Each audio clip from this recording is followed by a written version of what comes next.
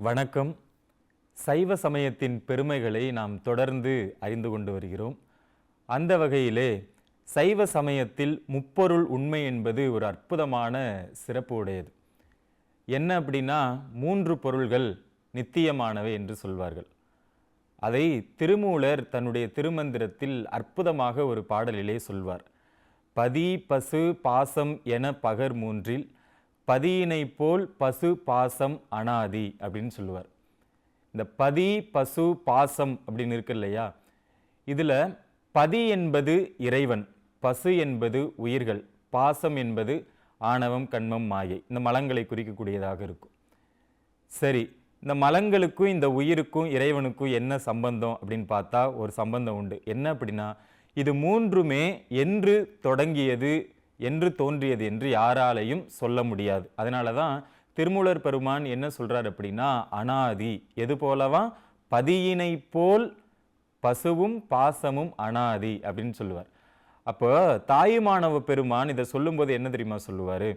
எனக்கும் உனக்கு என்ன பொருத்தம் அப்படின்னு சொல்லும்போது, என்று நீ அன்று நான் அப்படின்னு சொல்லுவார் இறைவனை பார்த்து. என்றைக்கு நீ இருக்கியோ அன்றைக்கு நானும் இருக்கேன் அப்படின்னு சொல்லிட்டு நம்ம தாயுமானவ சுவாமிகள் சொல்லுவார். அப்படின்னா ஒன்று குற்றம் வந்துடும் இல்லையா, நீ என்னைக்கு இருக்கியோ நான் அன்னைக்கு நானும் பெரிய ஆள் தான் அப்படின்னா, அதுக்கப்புறம் தாயுமானவர் சொல்லுவார், நான் உன் அடிமை அல்லவோ அப்படின்னு சொல்லுவார். அது அருளாளர்களுடைய பணிவை நமக்கு காட்டுவதாக இருக்கும். சரி, இந்த 3 பொருள்கள் நம்ம பார்த்துட்டோம். அதில் இந்த பாசம் அப்படின்னு சொல்கிறோம் இல்லையா, அதில் மும்மலங்களை சொல்லுவோம். அது என்ன? ஆணவம் கண்மம் மாயை. ஒரு மலத்தை நீக்குவதற்காக இறைவன் இந்த உயிர்களுக்கு 2 மலத்தை தருவானாம். அது எந்த மலம் அப்படின்னா ஆணவ மலம் தான். ஆணவ மலத்தை நீக்குவதற்காக தான் இறைவன் கண்மம் மாயையை நமக்கு உயிர்களுக்கு கொடுக்கிறார். அப்போ அந்த ஆணவ மலம் எவ்வளவு ஆற்றல் உடையதாக வீரியம் உடையதாக இருக்கும் அப்படின்னு பார்ப்போம் இல்லையா. அடிப்படையில் மலத்திற்கு உயிர் கிடையாது, அது ஒரு சடப்பொருள். ஆனால் நாம் உயிர் பொருள் இல்லையா. ஆனால் அது என்ன பண்ணுது அப்படின்னா, இந்த உயிர்களை இறைவனிடம் கொண்டு போய் சேர விடாமல் அறிவை மழுங்கச் செய்வதனாக மறைந்து இருக்கக்கூடிய அந்த செயலை அது செய்யுது. அது எப்படி செய்யும் அப்படின்னு ஒன்று இருக்கு இல்லையா. இந்த உயிர்கள் அனாதியாக இருக்கின்றது என்று சைவ சித்தாந்தம் சொல்லுது. அப்படின்னா இந்த உயிர்கள் எல்லாமே ஆணவ இருளில் அழுந்தி கிடந்தது. இன்னும் எத்தனை உயிர்கள் கிடக்கும்னு தெரியாது. ஆணவ இருளில் அழுந்தி கிடந்த உயிரை பார்த்துவிட்டு கடந்து செல்லாமல், இன்றைக்கு நம்ம போகிறோம் இல்லையா, ஒரு சாலை கடக்கிறோம், இல்லை வேற ஏதாவது நடக்குது அப்படின்னு ஏதாவது அடிபட்டு கிடந்தா அதை பார்த்த உடனே நமக்கு துடிக்குது இல்லையா, அதை உதவி செய்யணும் அப்படின்னு. அதுபோல இறைவன் தாய் போல கருணை செய்து இந்த உயிர்கள் எல்லாம் ஆணவ இருள் அழுந்தி கிடக்கும் பொழுது இந்த உயிர்கள் இப்படியே போகக்கூடாது. அதை திருவருட்பயன் ரொம்ப அற்புதமா சொல்லும். தன் நிலைமை மண்ணுயிர்கள் சார தரும் சக்தி பின்னமிலான் எங்கள் பிரான் அப்படின்னு சொல்லுவார். என்ன அப்படின்னா, இந்த மண் உயிர்கள் அப்படின்னா நிலைத்த உயிர்கள் அப்படின்னு பேர். எப்போதுமே இருக்கிற உயிர்கள் தன்னுடைய நிலைமையை அப்படின்னா பேரின்பத்தை அடைய வேண்டும் என்பதற்காக அவன் இறங்கி உயிர்களுக்காக இறங்கி வரான். அதை ரொம்ப அற்புதமாக சொல்லுவார். அப்போ உயிர்கள் ஆணவ இருள அழுந்தி கிடக்கும் பொழுது இறைவன் அதை பார்த்து விட்டு அப்படியே போகாம இந்த உயிர்கள் மெய்யான இன்பத்தை அடைய வேண்டும் என்பதற்காக கருணை செய்கிறான். அதை முதலாக எதுக்குமே ஒன்று உண்டு இல்லையா, நாம் எதை செய்கிறோமோ அதுதான் நமக்கு வரும். அதான் வினை விதைத்தவன் வினை அறுப்பான் அப்படின்னு சொல்கிறோம் இல்லையா. இப்போ ஏதாவது ஒரு செயல் இருந்தால் தான் ஏதாவது ஒரு பலன் நமக்கு கிடைக்கும், அதற்கான ஈடாக ஏதாவது வரும். இப்போ இறைவன் உயிர்களை பார்த்து கருணை செய்யும் பொருட்டாக மூலக்கண்மம் என்பதை முதலாக கொடுப்பான். அந்த நிலையிலே உயிர்கள் உடனே இறைவனை உணர்ந்து இறைவன் பக்கம் போயிட்டா அது பிரச்சனை இல்லை. அப்படி இல்லாமல் ஒன்று கிடைச்ச உடனே ஆடுவது போல ஏதாவது நினைச்சதுன்னா அதன் பிறகு பிறவி கிடைக்கும். பல வகையான உடல்கள் இந்த உயிருக்கு உண்டு. உயிர்களை ஒருபோதும் இறைவன் படைக்கவில்லை அப்படிங்கிறத சைவ சித்தாந்தம் சிறப்பாக அதை சொல்லும். ஒருபோதும் இறைவன் உயிர்களை படைக்கவில்லை. காரணம் என்ன அப்படின்னா, உயிர்களை இறைவன் படைத்திருந்தா உயிர்கள் ஒருபோதும் குற்றமுடையதா இருந்திருக்காது. ஆணவ இருள போய் உயிர்கள் ஏன் கிடக்கணும் இல்லையா. இப்போ அப்படி ஆணவம் உயிர்களை சாராமல் இருந்திருக்கும். எப்படி இறைவன் ஆணவத்திலிருந்து பாசங்களிலிருந்து இயல்பாகவே நீங்கி இருக்கிறானோ, மலங்கள் அற்றவனோ, அதுபோல உயிர்கள் இருந்திருக்கும். அது காரணம் ஒருபோதும் இறைவன் உயிர்களை படைக்கவில்லை. அப்படி என்ன பண்ணுதுன்னா, இந்த உயிர்கள் ஆணவ இருளிலிருந்து வருது. கொடுத்து வந்த உடனே ஆணவ இருளை உயிர்கள் முற்றாக நீங்காமல் அப்படியே வினை செய்து இன்னும் நிறைய பிறவிகளை எடுத்துக்கொண்டே வருது. அது எப்படி சொல்லுவாங்க அப்படின்னா, இறைவன் இந்த ஒரு மலத்தை நீக்குவதற்காக 2 மலம், கண்மம் அப்படின்னு சொல்றது என்ன அப்படின்னா வினை, அதை தான் கண்மம் அப்படின்னு சொல்லுவோம். அது நல்வினையா இருக்கலாம், தீவினையா இருக்கலாம், மாறி மாறி உயிர்கள் செய்து கொண்டே இருக்கும். மாயை அப்படின்னு சொல்றோம் இல்லையா, மாயையால் தான் இந்த உலகம் செய்யப்பட்டு இருக்கு. இந்த உடலும் மாயையால் செய்யப்பட்டது தான். அப்போ தனு கரண புவன போகம் இதை கொடுத்து சுவாமி, தனு என்பது இந்த உடல், கரணம் அதற்குள்ள உள்ளது, புவனம் என்பது உலகம், போகம் என்பது நாம் அனுபவிக்கக்கூடிய இன்பத் துன்பம். இதெல்லாம் இந்த மாயையால் தான் நமக்கு வந்து இறைவன் செய்து கொடுக்கிறார். எதற்காக இதை வந்து செய்து கொடுக்கிறார் அப்படின்னா, இந்த உயிர்கள் ஆணவத்தை அறிந்து கொண்டு இந்த ஆணவ இருளிலிருந்து நீங்கி ஆணவத்திலிருந்து விடுபட்டு போவதற்காகத்தான் இறைவன் என்ன செய்கிறாரு, கண்மத்தை கொடுத்து மாயையெல்லாம் கொடுக்கிறார். ஆனால் அந்த உயிர்கள் என்ன பண்ணும், அதை கடைசி வரை அறியாத மாதிரியே போயிட்டே இருக்கும். ஏன்னா இந்த ஆணவத்தினுடைய ஒரு உச்சபட்ச ஆற்றல் அப்படின்னு கூட சொல்லலாம். ஆணவத்தை நாம் எதுவாக சொல்லுவோம் அப்படின்னா இருள் அப்படின்னு சொல்லுவோம். அதுக்கு என்ன பேர் அப்படின்னா இருள் மலம் அப்படின்னு பேர், சகஜ மலம் அப்படின்னு பேர். ஏன் சகச மலம் அப்படின்னு அதை சொல்கிறோம் அப்படின்னா, அனாதி தொட்டு உயிர் இது வந்து இயற்கை மலம் என்று சொல்லுவாங்க. ஏன்னா அப்போதுலேருந்தே அது இருக்கு இல்லையா, உயிர் என்றைக்கு இருக்கோ அன்றைக்கே இந்த ஆணவ மலமும் இருப்பதால் இதை வந்து சகஜ மலம் அப்படின்னு சொல்லுவாங்க. அப்போ இந்த இருள்னு சொல்லியாச்சு, இருள் இருந்ததுன்னா ஒரு வெளிச்சம் போட்டால், ஒரு விளக்கு இதை பண்ணால் அந்த இருள் நீங்கிரும் இல்லையா அப்படின்னு நம்ம இயல்பாக பார்ப்போம். இந்த இருளினுடைய தன்மை என்ன, ஒரு பொருளும் காட்டாது இருள் உருவம் காட்டும் இல்லையா. இந்த இருளாக இருக்குது அப்படின்னு நம்ம சொல்லுவோம். எல்லா பொருளையும் இருள் வந்து மறைத்து இருக்கும், ஆனால் இருட்டாக இருக்குது அப்படின்னு சொல்லிட்டு அந்த இடத்துக்கு நம்ம போகாமல் இருப்போம். ஆனால் இந்த ஆணவம் என்ன தெரியுமா பண்ணும், ஒரு பொருளும் காட்டாது இருள் உருவம் காட்டும், இரு பொருளும் காட்டாது இது அப்படின்னு சொல்லுவார். திருவருட்பயனில் வரும். என்ன அப்படின்னா, எப்படி இருள் வந்து எல்லாவற்றையும் மறைத்து விட்டு தன்னுடைய உருவத்தை காட்டுமோ, அதுபோல இது என்ன பண்ணும், எல்லாவற்றையும் மறைக்கும் ஆனால் தன்னுடைய உருவத்தையும் காட்டாது. அப்படின்னா அந்த ஆணவத்தினுடைய இது எவ்வளவு எப்படி இருக்குன்னு நம்ம யோசிக்கணும். அதனால தான் இயல்பாகவே நாம் போய் ஒரு நீ ரொம்ப ஆணவமாக இருக்க அப்படின்னு சொல்லும்போது என்ன சொல்லுவாங்க அப்படின்னா, எனக்கா ஆணவன்னா என்னன்னே தெரியாது அப்படின்னு சொல்லிட்டு நம்மள்கிட்ட ரொம்ப சாதாரணமாக பேசுவாங்க. அதெல்லாம் கிடையவே கிடையாது. எனக்கிட்ட நான் வந்து ஆணவம் இல்லாதவன் அப்படின்னு சொல்லுவாங்க. நான் அப்படின்னு இருக்கு இல்லையா, யான் எனது அப்படின்னு இந்த ஆணவத்தில் தான் நம்ம பார்ப்போம். யான் என்பது அகங்காரம், எனது என்பது மமகாரமாக அதை வந்து நாம் இன்னும் விரிவாக வந்து பார்ப்போம். சரி, இந்த ஆணவம் வந்து உயிர்களை வந்து என்னவென்னெல்லாம் செய்யும் அப்படின்னு ஒன்று இருக்கு இல்லையா, இந்த ஆணவம் தான் இந்த உயிர்களை உயிர்களாக இருக்க விடாமல் உயிர்களினுடைய பரந்துபட்ட அந்த நிலையை, பரந்துபட்டு செல்லக்கூடிய அந்த அறிவை அப்படியே ஒடுக்கி ஒன்றுமே இல்லாமல் கீழ்ப்படுத்தக்கூடிய வேலையை செய்யக்கூடியது தான் இந்த ஆணவத்தினுடைய தன்மையாக நமக்கு இருக்கின்றது. சரி, இந்த ஆணவ இருளை எப்படி நீக்குவது அப்படின்னு ஒன்று இருக்கு இல்லையா, அதற்காக தான் என்ன சொல்கிறார் அப்படின்னா, இந்த மாயையை இறைவன் செய்ததா அப்படிலாம் சொல்கிறோம்.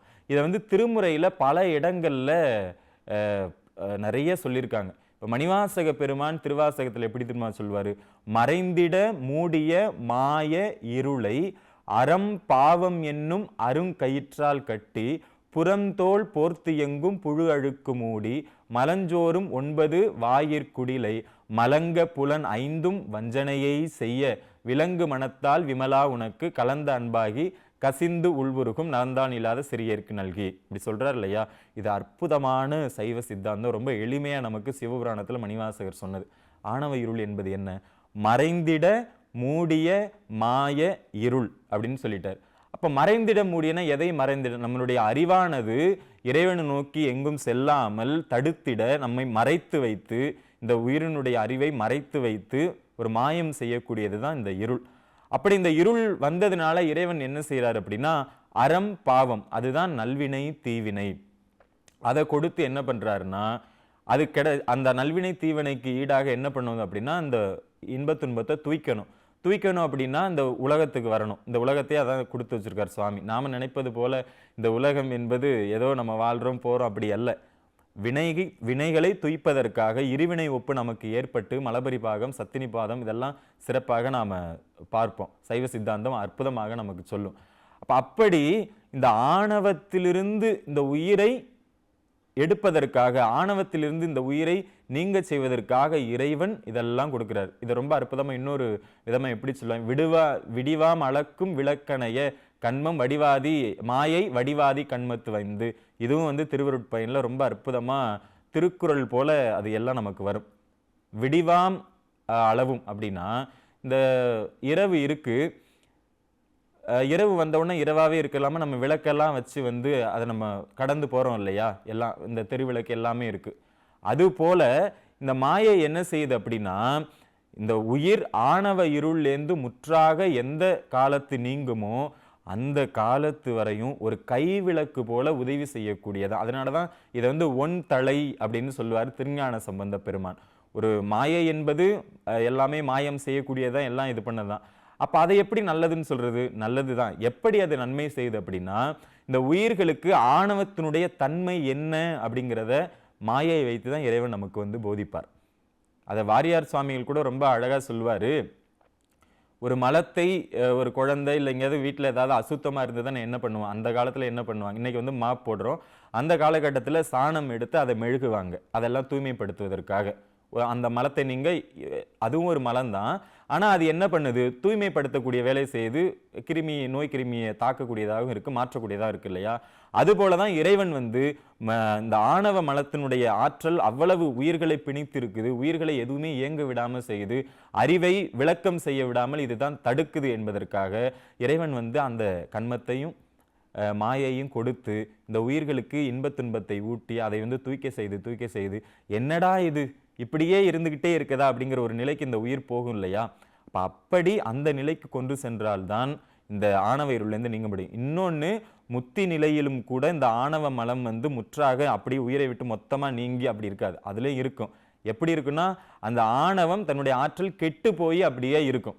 அது என்ன சொல்லுவோம், பெருங்காய டப்பாலாம் உதாரணமாலாம் நிறைய இடத்துல சொல்லுவாங்க. அப்படின்னா ஏன் அதை வந்து ஆணவத்தை வந்து அழிக்க வேண்டியதானே, இறைவன் எல்லாவற்றையும் அழிக்க வேண்டியதானே அப்படின்னா, இறைவன் ஒருபோதும் ஆணவத்தை அழிக்க மாட்டார். ஏன்னா அது எப்போதுமே சடப்பொருள் தான்.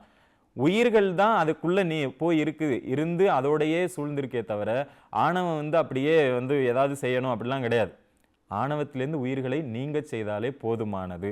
எப்படி நமக்கு ஒரு அந்த பாதை சரியில்லை அப்படின்னு சொன்னா அந்த பாதையை எடுத்து விட்டு அந்த பாதையில போக வேண்டாம்னு முடிவெடுத்து நல்ல பாதையில் செல்கிறோமோ, அது போலதான் இந்த உயிர் வந்து ஆணவ இருள்ல அழுந்தி கிடப்பது உயிரினுடைய தன்மை கிடையாது. ஆனா என்ன பண்ணுது, சார்ந்ததன் வண்ணமாதல் உயிரினுடைய தன்மை நிற்பதால அந்த ஆணவ இருளே உயிர் தொடர்ந்து கடந்துகிட்டே இருக்குது. அது மணிவாசகர் வாக்குல தான் சொன்னோம். மறைந்திட மூடிய மாய இருளை சொன்னோம் இல்லையா? அந்த மாய இருளை எப்படி அதுல இருந்து கொண்டு வர்றது அப்படின்னு சொன்ன உடனே அப்பதான் இறைவன் வந்து இன்பத் துன்பத்தை கொடுத்து வினைகளை கொடுத்து அதன் காரணமாக நமக்கு என்ன வருது, புறந்தோல் போர்த்தி எங்கும் புழு அழுக்கு மூடி, அதனால நமக்கு ஒரு உடம்பு கிடைக்குது. அந்த உடம்பு கிடைச்சதுனால இந்த பூமியில இருக்கோம், பிறந்திருக்கோம், இன்பத்துன்மை எல்லாத்தையும் தூக்கிறோம். இது வந்து தொடர்ந்து நடைபெற்று கொண்டே இருக்கும்போது உயிருக்கு ஒரு சலிப்பு ஏற்படும். இந்த உயிரினுடைய இதுதான் கடைசி வரை இப்படியே தான் நாம வந்து போயிட்டே இருக்கணுமா, இதுக்கு ஒரு முடிவே இல்லையா அப்படின்னு நம்ம இந்த உயிர் போகும் இல்லையா? அது வரும்போது இந்த உயிருக்கு வந்து ஒரு அற்புதமான நிலை ஏற்படும். இந்த ஆணவத்தினுடைய இயல்புகள் என்று நமக்கு பெரியவர்கள் வந்து சொல்றாங்க. ஆணவத்தினுடைய இயல்பு அப்படின்னு சொல்லும்போது உயிரினுடைய அந்த முத்தி நிலையில் கூட அழிவுறாமல் அந்த ஆணவம் வந்துகிட்டே இருக்கும். இதை பெரியவங்க நிறைய இடங்கள்ல அதை சொல்லிக்கிட்டே வந்தாங்க. மணிவாசக பெருமான் சொன்னது போலவே இன்னும் நிறைய இடத்துல திருமுறைகளே நிறைய வரும். என்ன சொல்லுவாங்க, மூலமாய மும்மலம் அப்படின்னு சொல்லுவாங்க. இது இந்த ஆணவத்தோட இந்த இரண்டு மலத்தையும் சேர்த்து 3 மலங்கள் அப்படின்னு நமக்கு வந்து சொல்லுவாங்க. இன்னொன்னு, இந்த 3 மலத்தை என்ன சொல்லுவாங்கன்னா 5 மலமாக சேர்த்து சொல்லுவாங்க. என்ன அப்படின்னா, ஆணவம், கண்மம், மாயை அப்படின்னு சொல்றோம் இல்லையா? மாயை இன்னும் சேர்த்து சொல்லும்போது மாயேயம் திரியோதாயி அப்படின்னு சொல்லுவாங்க. அப்படின்னா என்ன, மாயையினுடைய செயல்பாடுகளாக இருக்கக்கூடியது அந்த மாமாயை அப்படின்னு அதை சொல்லிக்கிறோம், மாயேயம் அப்படின்னு சொல்லுவோம். அதன் பிறகு திரோதாயின்னு இருக்கு இல்லையா, அது வந்து மறைப்பு சக்தி. இது ஏன் எப்படி மறைப்பு சக்தியா இருக்குது அப்படின்னா, இந்த உயிர்கள் வந்து இன்பத் துன்பத்தை தூய்க்கிற வரைக்கும் இந்த உயிர்களுக்கு எதுவும் தெரியாம மறைத்து வைக்கக்கூடிய சக்தியாக அது வந்து செயல்படும். மாயை தான் இன்னொரு இடத்துல நமக்கு செயல்படுவதாக இருக்கும். சரி, இந்த மாயை சொல்றோம், இந்த கண்மம் சொல்றோம், இதெல்லாம் தொடர்ந்து நடைபெற்ற இந்த உயிருக்கு என்ன நடக்கும் அப்படின்னு ஒன்று இருக்கு இல்லையா? இந்த அடிப்படை தத்துவத்தை சைவ சித்தாந்தம் தான் ரொம்ப சிறப்பாக நமக்கு எடுத்துக்காட்டுது. இதை நாம கொஞ்சம் கொஞ்சமாக அறிய தொடங்கிவிட்டால் நிச்சயமாக இந்த உயிர் எங்கே இருந்து வந்தது, இந்த உயிர் எங்க போய் சேரணும் அப்படிங்கிறது நமக்கு தெரிய ஆரம்பிச்சிடும். இந்த சைவ சித்தாந்தம் இந்த மலங்களை பத்தி தான் பார்க்குறோம் இல்லையா, ஆணவத்தை பற்றிலாம் பார்க்குறோம் இல்லையா, ஏன் இதையெல்லாம் தெரிஞ்சுக்கணும் அப்படின்னு ஒரு கேள்வி இருக்கும் இல்லையா? ஏங்க இது ஒரு சைவ சித்தாந்தம், ஆணவம், கண்மம், மாயை, மும்மலம், பதி, பசு, பாசம் இதெல்லாம் தெரிஞ்சு என்ன பண்றது அப்படின்னு ஒரு கேள்வி இயல்பாகவே நமக்கு ஏற்படும் இல்லையா? இதெல்லாம் ஏன் தெரிஞ்சுக்கணும்? ஏதோ ஒரு கருத்துக்கள் அப்படின்னா, கண்டிப்பாக இந்த உலகத்தில் பிறந்த ஒவ்வொரு உயிருக்குமே இது அடிப்படையானது. எல்லா உயிர்களுக்கும் இதுதான் வந்து இதை அறிந்து கொண்டால்தான் நாம் யார், நாம் எங்கேருந்து வந்தோம் எல்லாவற்றையும் அறிந்து கொள்வோம். நம்ம உயிருக்கு ஒரு உறுதி கிடைக்கும். அந்த உறுதியை தருவது தான் இதை பற்றிய அறிவு எல்லாம் நமக்கு. இந்த வள்ளுவ பெருமான் ரொம்ப அற்புதமா சொல்றார், அறிதோறும் அறியாமை கண்டற்று. நம்ம ஒன்றே அறிந்து கொள்ள தொடங்கும் போது தான் நமக்கு என்ன தெரியும் அப்படின்னா, நமக்கு இவ்வளவு விஷயம் தெரியல அப்படிங்கிறது புரியும் இல்லையா? அந்த அறியாமை அப்படிங்கிறத நேர்பதமா எதை சொல்லலாம் அப்படின்னா ஆணவத்தை தான் சொல்லலாம். ஆணவ இருள் வந்து எதையும் அறிய விடாமல் உயிரை தடுத்து தடுத்து தடுத்து வச்சிருக்கும். கொஞ்சம் இந்த அறிவு வந்து சிறந்து விளங்கி மேம்பட்டு போக ஆரம்பிச்சுன்னா வச்சுக்கோங்களேன், அது ரொம்ப தெளிவாக நம்மக்கிட்டே இருக்கும். அதனால தான் நம்ம பெரியவங்க என்ன சொல்லி வச்சுட்டாங்க அப்படின்னா, இந்த ஆணவ இருள் போகணும், ஏதாவது போகணும் அப்படின்னா என்ன பண்ணுறீங்க அப்படின்னா, இறை வழிபாடு செய்யுங்க, பெருமானை வழிபடுங்க அப்படின்னு சொன்னாங்க. ஏன் இறைவனை வழிபாடு செய்யணும் அப்படின்னு, ஆணவம் போகிறதுக்கு ஏன் இறை வழிபாடு செய்யணும் அப்படின்னு வந்தால், எவரிடம் அது அடங்கி நிற்கின்றதோ, எவரிடம் அதை அணுக முடியவில்லையோ அவரிடம் சென்றால் நம்மையும் அது அணுகாது. இதுதான் வள்ளுவ பெருமானும் பற்றுக பற்றற்றான் பற்றை அப்படின்னு சொல்றார்.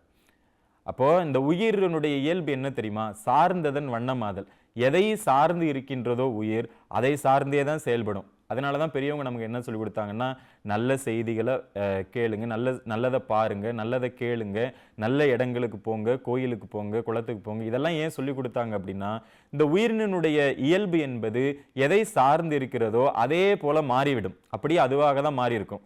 அதனால தான் உன் நண்பனை பற்றி சொல்லு, உன்னை பற்றி சொல்கிற அப்படின்னு சொல்கிற மாதிரி, உன் நண்பன் யாருன்னு சொல்லு, நீ யாருன்னு சொல்கிறேங்கிற மாதிரி. ஏன்னா நம்ம யாரோட சேர்ந்து இருக்கோமோ, எது கூட்டு சேருமோ அது போல தான் நம்ம இருப்போம்.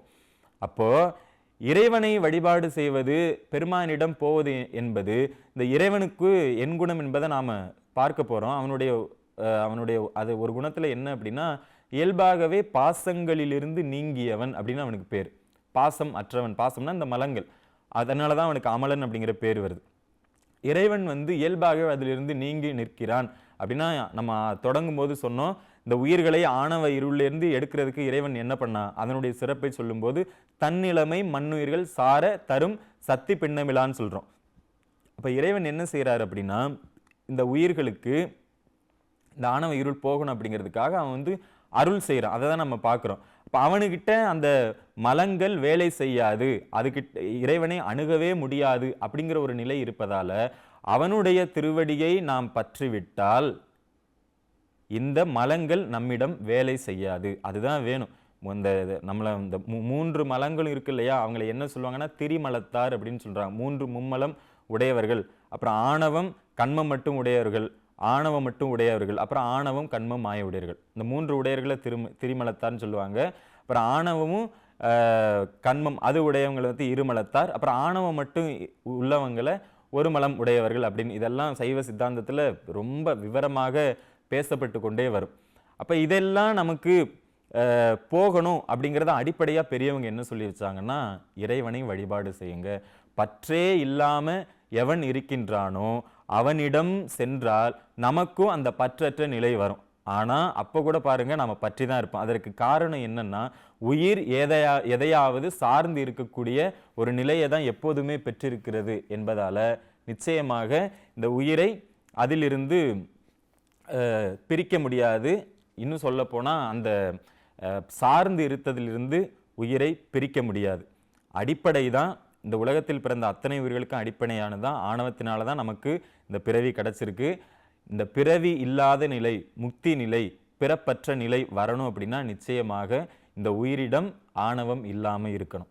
அதை தான் வந்து தொடர்ந்து நமக்கு பெரியவங்க சொல்லிக்கிட்டு வந்தது. அப்போ இந்த ஆணவம் இல்லாத ஒரு நிலையை வர்றதுக்கு தொடர்ந்து செய்யக்கூடிய இறை வழிபாடும் இன்னொன்று அதை பற்றி அறிந்து கொள்ளணும். அதுதான் அதிலிருந்து நீங்க முடியும். சொல்றாங்க இல்லையா, யாதனின் யாதனின் நீங்கியான் நோதல் அதனின் அதனின் இல அப்படின்னு வள்ளுவ பெருமான் சொல்றாரு இல்லையா. இப்போ ஒன்றை பற்றி தெரிந்து கொண்டால்தான் அதில் இருக்கக்கூடிய நல்லது என்ன கெட்டது என்ன அப்படிங்கிறது நமக்கு தெரியும். கல்வி என்னும் பல்கடல் பிழைத்தும் அப்படின்னு மணிவாசகர் சொல்லுவார். அது என்ன அப்படின்னா, கல்வியினுடைய சிறப்பு என்னன்னா, நன்றாக படித்து ஒரு வேலைக்கு போய் பொருள் ஈட்டுவது, அப்படியே இருப்பது, அதெல்லாம் ஒரு புறம்.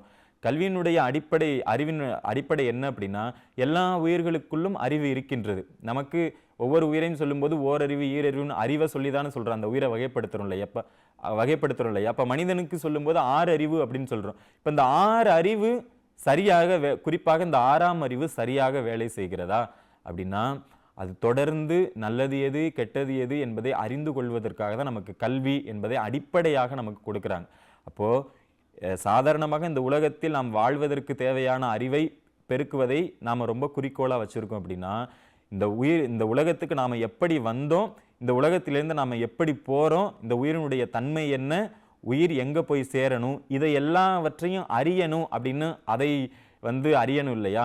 அதற்கு ஒரு அறிவு தேவைப்படுது இல்லையா? அந்த அறிவை தருவது தான் இது போன்ற சித்தாந்த நூல்கள். குறிப்பாக நாம் மனிதராகிய நாம் நிச்சயமாக நம்மிடம் இருக்கக்கூடிய மலமாகிய மூல மலமாகிய ஆணவம் என்றால் என்ன என்பதை நாம் அறிந்து கொள்ள வேண்டும். அடிப்படையில் பொதுவாக சொல்லணும் அப்படின்னா, ஆணவம் என்பது அது ஒரு இருள். இருளினுடைய தன்மை என்ன? எதையும் காட்டாது. இந்த உயிருக்கு பறந்து செல்லக்கூடிய ஆற்றல் உண்டு. உயிரினுடைய அறிவு பறந்து விசாலமுடையது, எல்லாவற்றையும் பார்க்கக்கூடியது, எல்லாவற்றையும் அறியக்கூடியது. அப்படி இருக்கக்கூடிய ஒன்றை எதையும் காண விடாமல், எதையும் அறிய விடாமல் தடுத்து முடக்கி வைத்திருப்பது ஆணவ மலம். அந்த ஆணவ மலம் நம்மிடமிருந்து நீங்க வேண்டுமென்றால் ஆணவ மலம் எம்மலமும் அற்ற இறைவனுடைய திருவடி சார்பு ஒன்றே அதை நீக்கும். அதை நாம் தொடர்ந்து செய்ய வேண்டும். நன்றி.